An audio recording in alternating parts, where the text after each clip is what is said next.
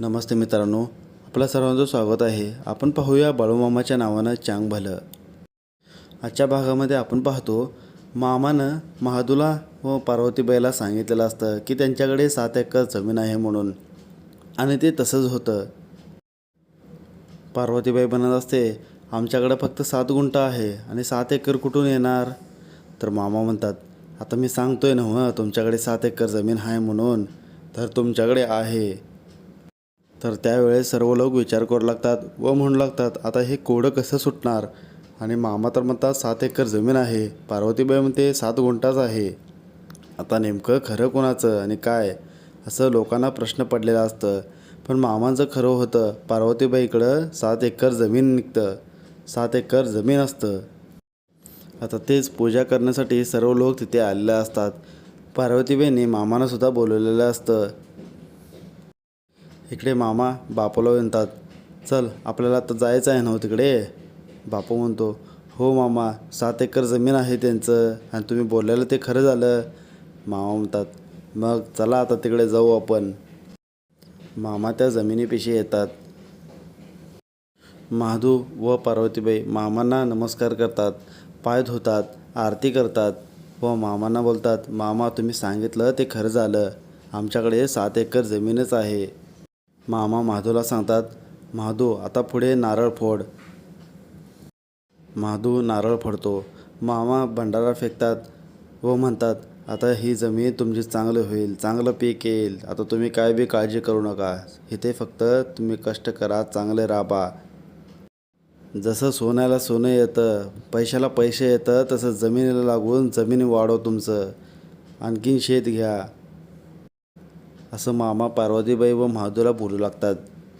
सर्व लोक मामांना बोलू लागतात, मामा तुम्ही सांगितलेलं खरं झालं, 7 एकरच जमीन आहे ह्यांच्याकडे. मामा म्हणतात, मग मी सांगितलं होतं की नाही, पार्वतीबाईकडे 7 एकर जमीन आहे म्हणून. पुढे आपण पाहतो अंधार झालेले असतं. पार्वतीबाई महादूला म्हणत असते व श्यामला विचारत असते, तुम्ही मामांना भेटून आता 1 मासाच्या वर झाला असेल.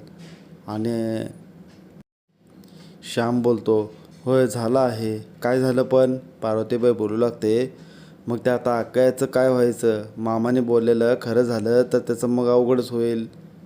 श्याम म्हणतो, तसं काय नाही व्हायचं, मामाने त्याच्यावर कृपा केली असेल असं मला वाटतं या. पार्वतीबाई म्हणते, बरं ठीक आहे, कृपा केली असेल तर चांगलंच आहे, त्याला काय बी होऊ नये.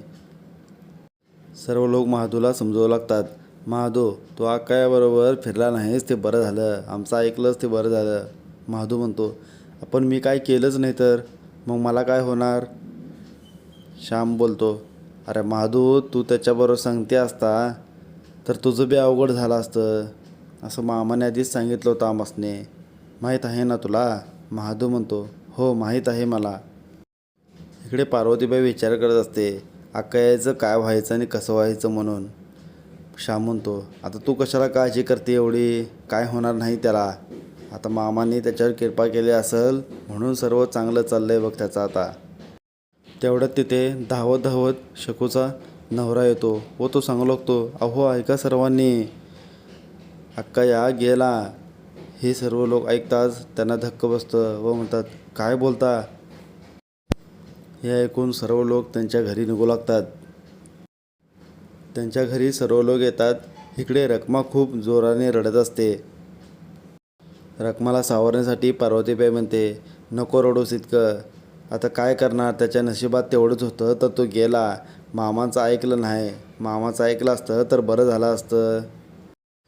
रखमा रडत रडत बोलू लागते, होय माझंसुद्धा हे ऐकलं नाहीत, माझं नशीबच कसलं आहे, संसार माझं काय चांगलं चाललं नाही, आता मी काय करायचं, आता संसार पुढं मी कसं करायचं, असं म्हणत रखमा खूप रडू लागते.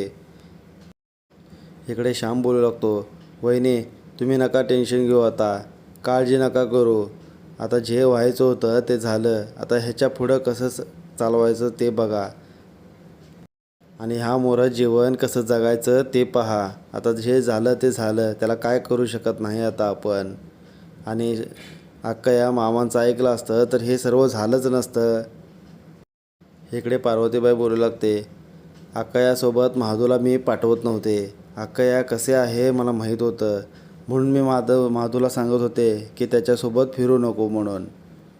असं बोलणं चुकीचं आहे, पण आता जे आहे मी ते सांगत आहे. अक्कया काही बरोबर नव्हता. तो सर्वांसोबत भांडत होता, लोकांना अडवायचा, भांडायचा, म्हणून मी माधूला त्याच्यासोबत पाठवत नव्हते. इकडे रखमा खूप मोठ्याने रडत असते व म्हणत असते, आता मी काय करायचं, कसं जगायचं. मामांची मी भक्ती करत होते. मी ह्यासनी खूप सांगितलं, मामांच्या वाटेला जाऊ नका, मामांना काही बोलू नका, तर हे काही ऐकत नव्हते, विरोधच वागत होते. पार्वतीबाई बोलू लागते, तू आता काळजी करू नकोस, मामांना तुझी काळजी आहे. मामांना तू आता भेट, म्हणजे सर्व चांगलं होईल. रखमा म्हणते, आता मी भेटणार तरी कसं. सकू म्हणते, तू नको काळजी करू, आम्ही तुझी कारणं सर्व सांगतो मामासने, तुझं सर्व चांगलं होईल पुढं. इकडे श्याम म्हणतो, वहिनी तुम्ही काळजी नका करू, आता ह्या मोरं कसं सावरायचं ते पहा. आता जे झालं ते झालं, आता त्याला काय करणार तुम्ही.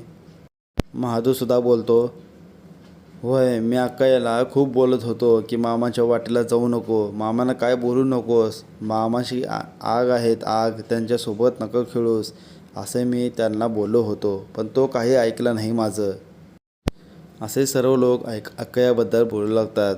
पण इकडे रखमा काही शांत राहत नाही, खूप जोराने ती रडत असते. तिला सावरण्यासाठी पार्वतीबाई म्हणते, सकू म्हणते, नको काळजी करूस, इतकं रडू नको, स्वतःला सावर, आता पुढं कसं जगायचं ते पहा.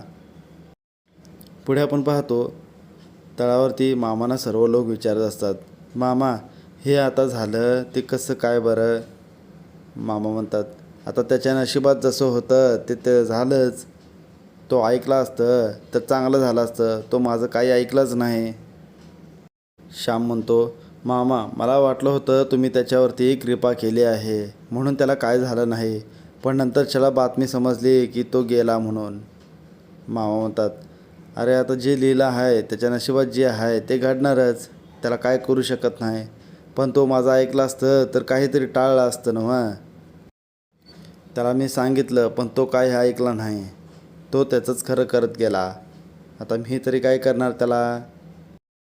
आता माझं जे ऐकतात त्यांचं सर्वांचं चांगलं होतं आणि जे नाही ऐकत तर त्याला मी तरी काय करणार. मामांना सर्व लोक बोलत असतात, होय मामा तुमचं ते ऐकलं असतं तर बरं झालं असतं, हे दिवस पाहायला मिळाले नसते, पण आता रखमा करणार काय, ती एकटीच राहिली, तिचं संसार कसं व्हायचं पुढं मामा. मामा म्हणतात, आता तिला सावरायला तर पाहिजेच. इथे आपला आजचा भाग संपतो. हा जर व्हिडिओ आवडला असेल तर लाईक करा, कमेंट्स करा, नवीन असाल तर सबस्क्राईब करायला विसरू नका, बेल आयकॉनला प्रेस करायला विसरू नका. धन्यवाद मित्रांनो.